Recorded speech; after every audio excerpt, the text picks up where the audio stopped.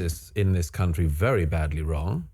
As you know, there's an interview with four You're former... saying with the threats that they wouldn't serve... Well, I mean, you had soldiers and commanders saying that they would not serve in conflict. I thought that was absolutely unbelievable. Of course, when the massacre happened, they dropped everything and went straight into action. Right, which is a point we need to come back to. But just on this point of the definition of what was happening, very distinguished sons of this country, like Bouguy Alain, interviewed on Israeli television, 4 of them on one interview. Then they say that that there is no existential threat to Israel from Hamas, and that Benjamin Netanyahu is a bigger threat than Hamas. And if one thing is clear since October 7th, it's that we as a country dramatically underestimated the level of the threat and how dangerous things could get. That's in a country which knows the threat, and has lived the threat in recent generations.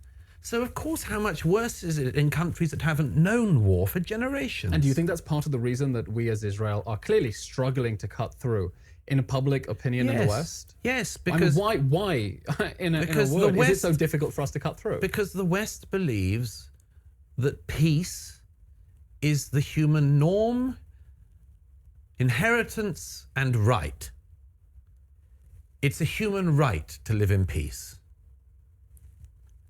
It isn't. Isn't it? There is no such right. No such right exists in nature. It is a wonderful thing to have, but it can be taken away like all rights. It's the problem of the language of rights.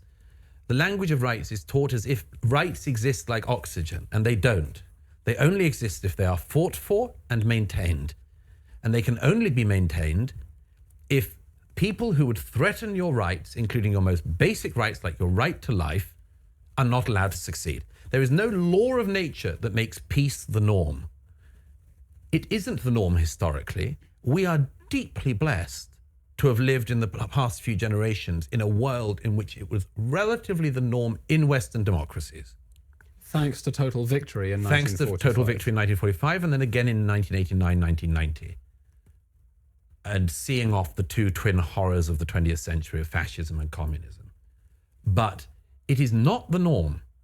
But if you grew up in the post-war dividend, the post-Cold War dividend, you could easily come out with the misunderstanding that this was the normal state of human affairs. It isn't. I did have a thought after the Ukraine crisis began with Russia's invasion that would begin to shift public attitudes in the West. And suddenly the language of fighting to defend borders, fighting to defend your home, fighting to defend freedom and democracy, which had begun to sound like cliches after the Iraq War, would make inroads in the West, and that shift would make the West more amenable to Israel because they would understand what it means to have to defend your home from an armed invasion. Are you seeing that shift, or was that wishful thinking? I mean, there was a poll that came out, Ipsos Mori, I think it was, straight after the invasion of Ukraine.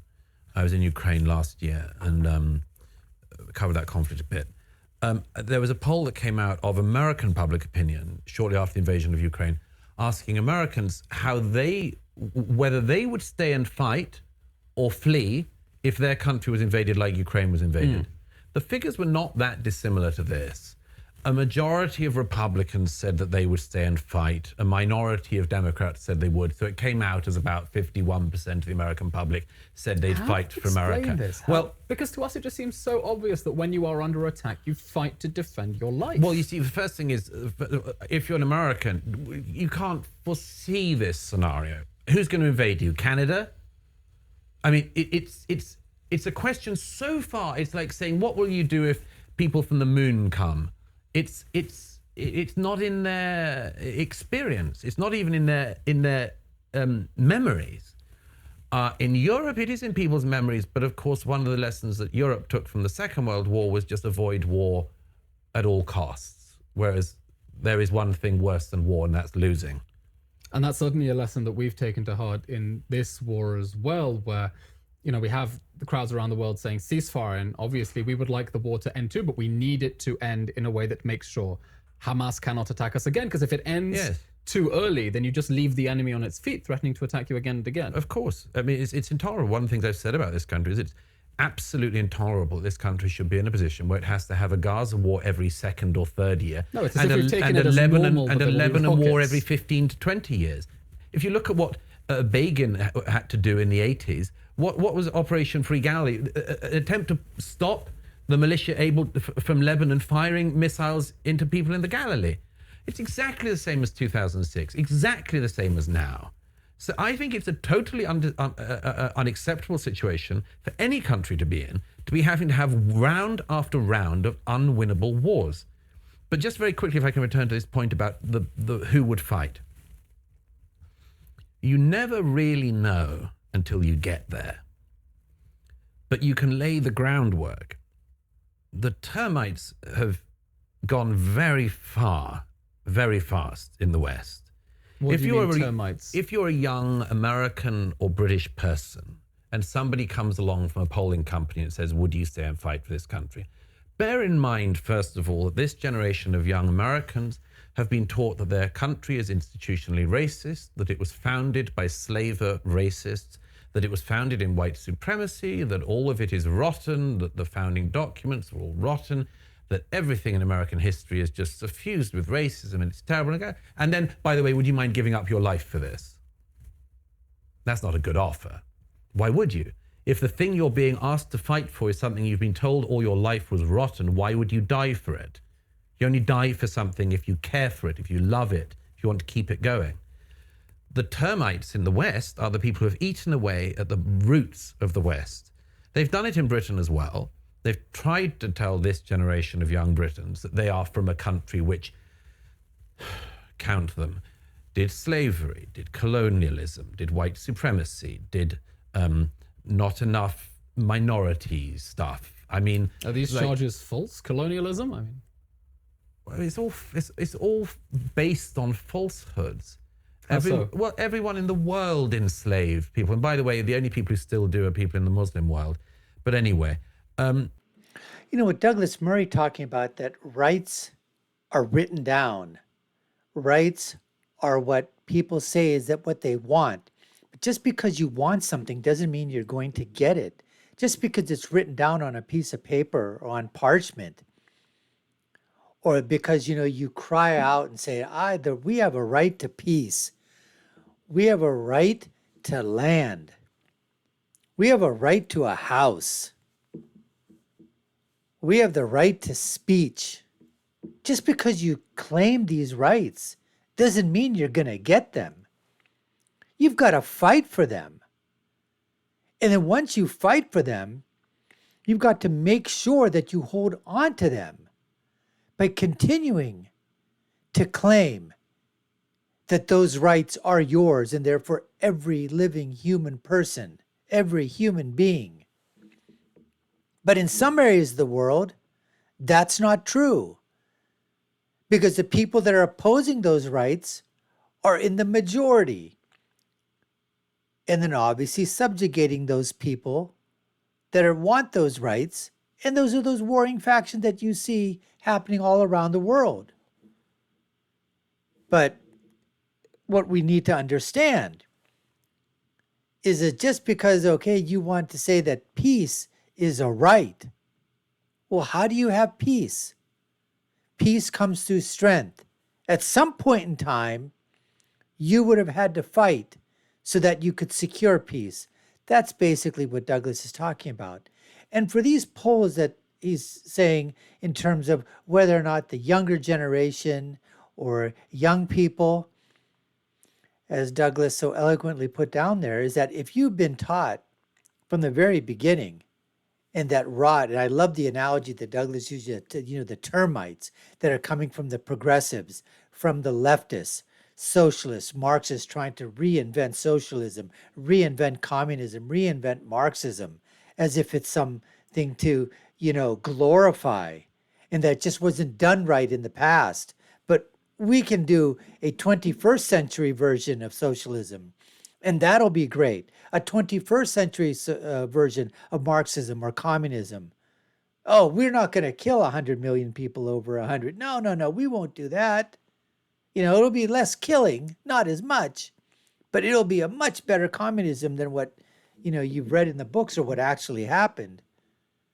So when kids are asked, millennials, Gen Zers, would you defend your homeland? Would you defend your country if it were attacked?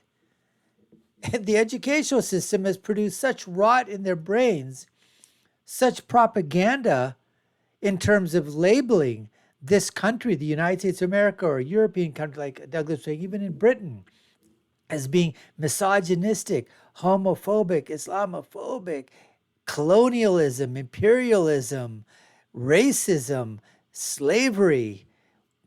Why would you want to die for those? Are the things you want to die for? You want to put your life on the line for that? Of course you wouldn't want to do that. But that's a propaganda narrative that's been fed to our children. This is not the greatest generation, folks. That generation is getting older and older and is unfortunately dying off. But they were the ones that secured the peace and the freedom and the democracy for the United States of America, for most of Western Europe. They were the ones that fought, spilled blood, gave the ultimate sacrifice of themselves, their family members. They were the ones that did it. They secured the rights that we so basically every day, that we breathe like oxygen. That's what's happening. That's the truth. As they say, that's the truth, Ruth. Anyways, that's exactly what we have on tap for you today, folks. You're watching the Dr. Nasir Shaikh Show.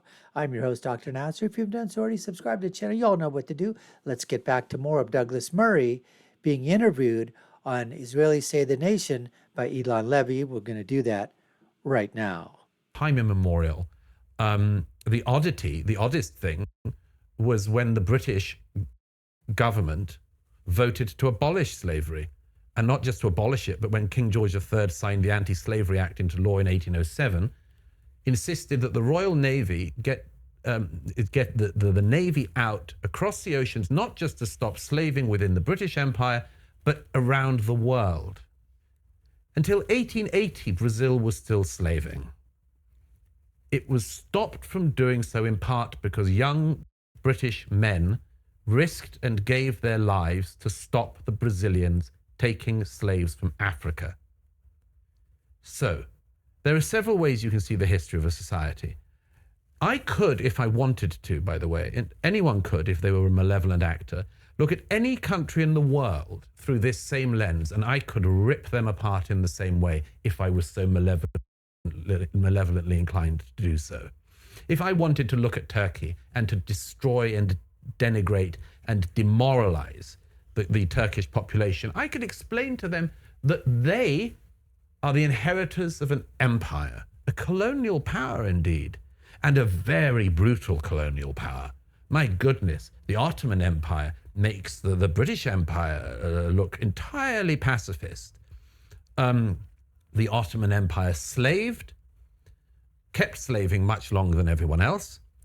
The Ottoman Empire brutally suppressed all minorities, chased 1.5 million Greeks out of Asia Minor. It was racist. It wasn't great with gays. Many things could be said about the Ottoman Empire, and you could use it to say to a modern-day Turk, and that's why your country's rotten and you're rotten and you've got nothing worth defending. You can do that on everyone. As it happens, Britain and America have a much better history than most countries. Indeed, I think more than any country. But it's these countries that have been eaten away by these termite-like ideas that have been foisted on them. So the question is, firstly, would you fight for a country that you've been told is rotten? Obviously you wouldn't. Obviously you wouldn't. But the second thing is, if you still have the correct memory of your society, the correct appropriation of your society, the correct estimation of your society, and you're British or you're American, and you still have a memory from before the time when they tried to wipe it in the last 20 years, if you have that memory and a proper estimation of your country's past, and the fact that overwhelmingly countries like Britain and America have been overwhelming forces for good in the world, overwhelmingly forces for good. If you take that into account, then, okay, you would wish to defend it, and you'd wish to fight for it, and maybe even die for it. But there's one other point I have to make. Never use these polls to predict the future. In 1934, the most famous vote that ever happened at our old university, the Oxford Union, was the King and Country His debate. house would not fight for king and country. Right. And everybody knows that that house of young men, entirely men at that time, of course, these young men voted in 1934 that they would not fight for king and country. And 5 years later, where were every they? single newspaper in Britain, the Telegraph, all of the press attacked, lambasted this generation. They said that they're weak.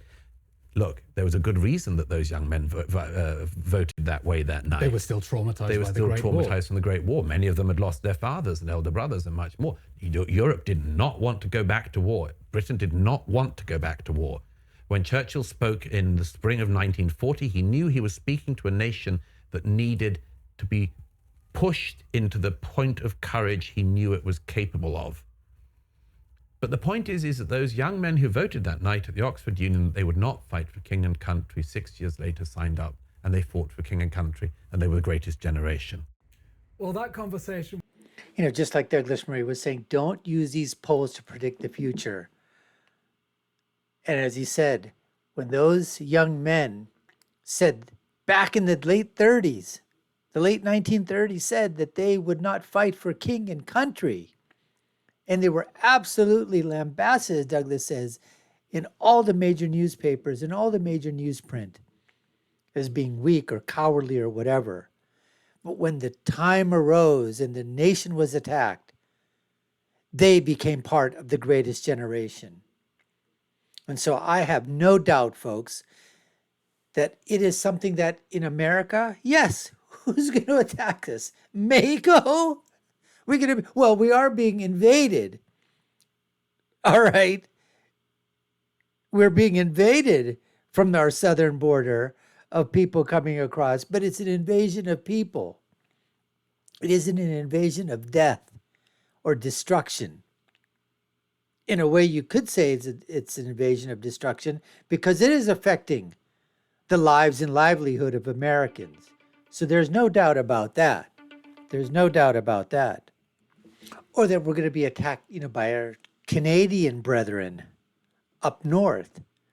So it is unfathomable that Americans would ever think that we were going to be attacked. Yes, obviously that happened in 9/11, but we're talking about a typical type of invasion where, people are, you've got an army that's coming after you.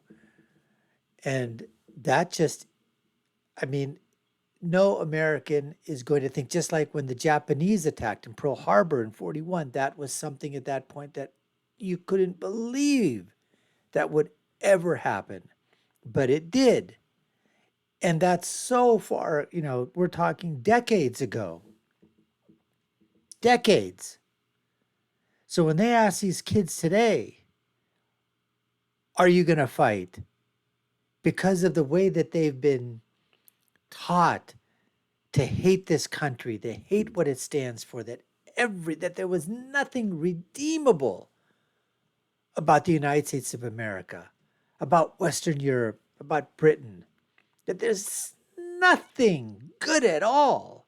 Of course, why would they give their lives? Why would they fight for it? But just like what happened in Great Britain with that greatest generation who said they would not give their lives for king and country, 6 years later, when the time came to sign up for the war, and it was Britain that held the line. It was Britain that prevented Nazism and fascism from basically becoming global. They were the ones that fought and defended freedom for the entire world until the United States came in some months later. But I would expect the same thing to happen. That if, God forbid, if the United States was invaded by an army, an invasion was occurring,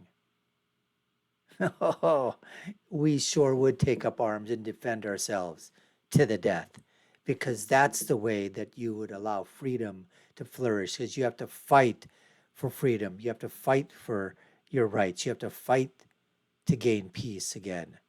That's what happens. Anyways, folks, we appreciate you taking the time to watch. You've been watching the Dr. Nasir Shaikh Show. I've been your host. My name is Dr. Nasir. If you haven't done so already, y'all know what to do. Subscribe to the channel, like, share, and follow us. Put your comments down below. Let us know what you think. Take a look at our video links above and below.